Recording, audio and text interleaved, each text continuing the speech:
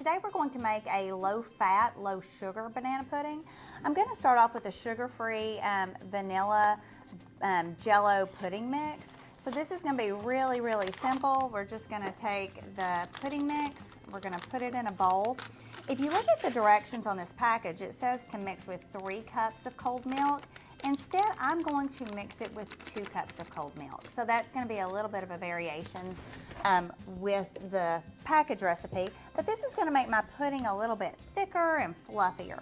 I'm again using 2% milk, so it's a reduced fat product, which is not always typical of what we use necessarily, and a lot of people kind of turn up their nose and think like, how can this be good if you're using low-fat ingredients, right? You're reading my mind, Leslie. Am I reading your mind? You're reading my mind. But I promise you it's going to be good. So I'm going to add a tablespoon of Mexican vanilla in here. So we're going to mix this up, and we're going to mix it till it's really thick. So Belina, when I was talking to you about your banana pudding, you said you put cream cheese in yours to make it creamy and all of that. And I'm going to see, I hope that you like my banana pudding. You've never tried it before, but it doesn't have cream cheese in it. Cream cheese is a fat, and it does have a lot of saturated fat. So I'm going to see if we can get it down. Even a fat-free cream cheese? It doesn't have as much fat, but it does have sodium. And one of the things that I am looking at as a dietitian in African Americans is their increased risk for stroke. And as I mentioned before, it is American Heart Association Month. And African Americans are more likely to die of stroke or have a stroke due to hypertension. And so I really want to watch that salt intake as well with African Americans. Okay. So we're using lower sodium ingredients as well. So no cream cheese? No cream cheese, not today. So then we're going to add a cup of Eagle brand.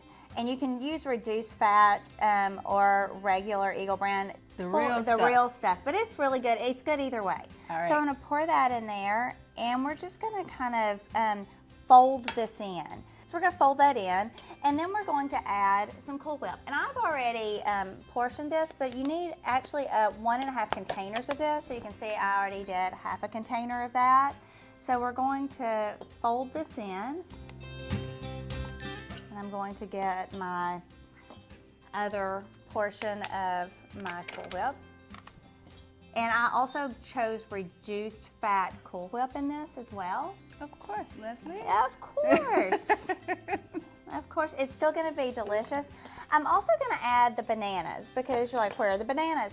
I have smashed up the banana and put a little bit of sugar in here, and this keeps the texture. I get a lot of complaints that people don't like the texture of bananas, and so this is going to give me that flavor without necessarily giving me the texture.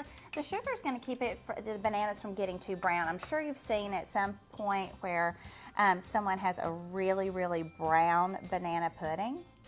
Now we have our banana pudding. We folded all of our ingredients in. We should have a nice, smooth, creamy texture.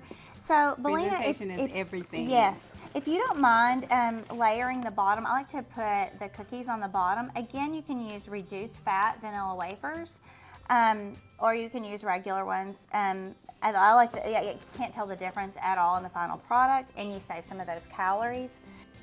So, can I introduce something, or can I Sure. Instead of layering flat cookies, I use your crumble. That makes it a pretty topping as well. Look at this. Yay, this looks so pretty. Yeah. Well, yay, you learn something new every day, and that does look really, really pretty. All right. Wonderful. So we'll put this in the refrigerator and let that sit. Generally, we like it to be in there for about 6 hours or overnight is what I usually do.